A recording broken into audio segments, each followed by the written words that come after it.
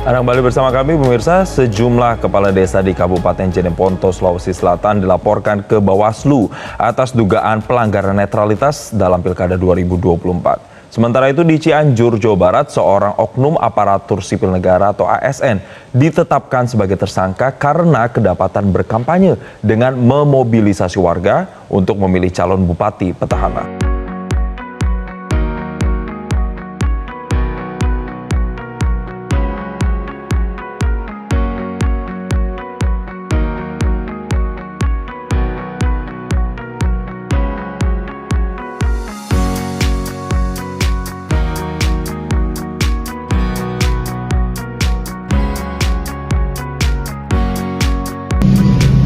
Dari video dan artikel yang telah muncul sebelumnya, di era digital ini teknologi bukan lagi pilihan, tapi sudah menjadi kebutuhan bagi setiap aparatur sipil negara.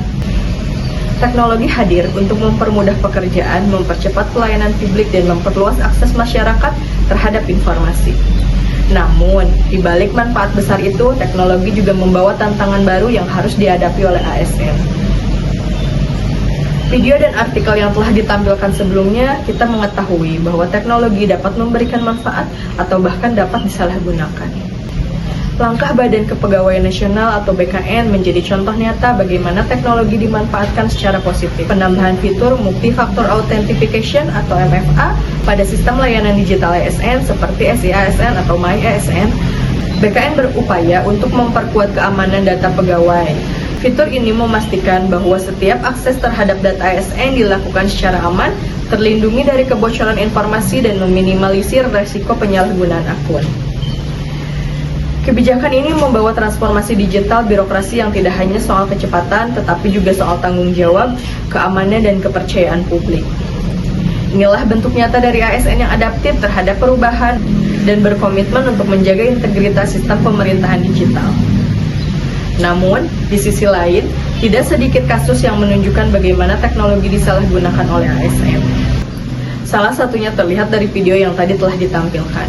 Dalam kasus tersebut, media sosial yang harusnya menjadi sarana komunikasi dan edukasi publik justru digunakan untuk menunjukkan keterpihakan politik. Perilaku seperti ini tidak hanya melanggar prinsip netralitas ASN, tetapi juga merusak kepercayaan masyarakat terhadap profesionalisme ASN.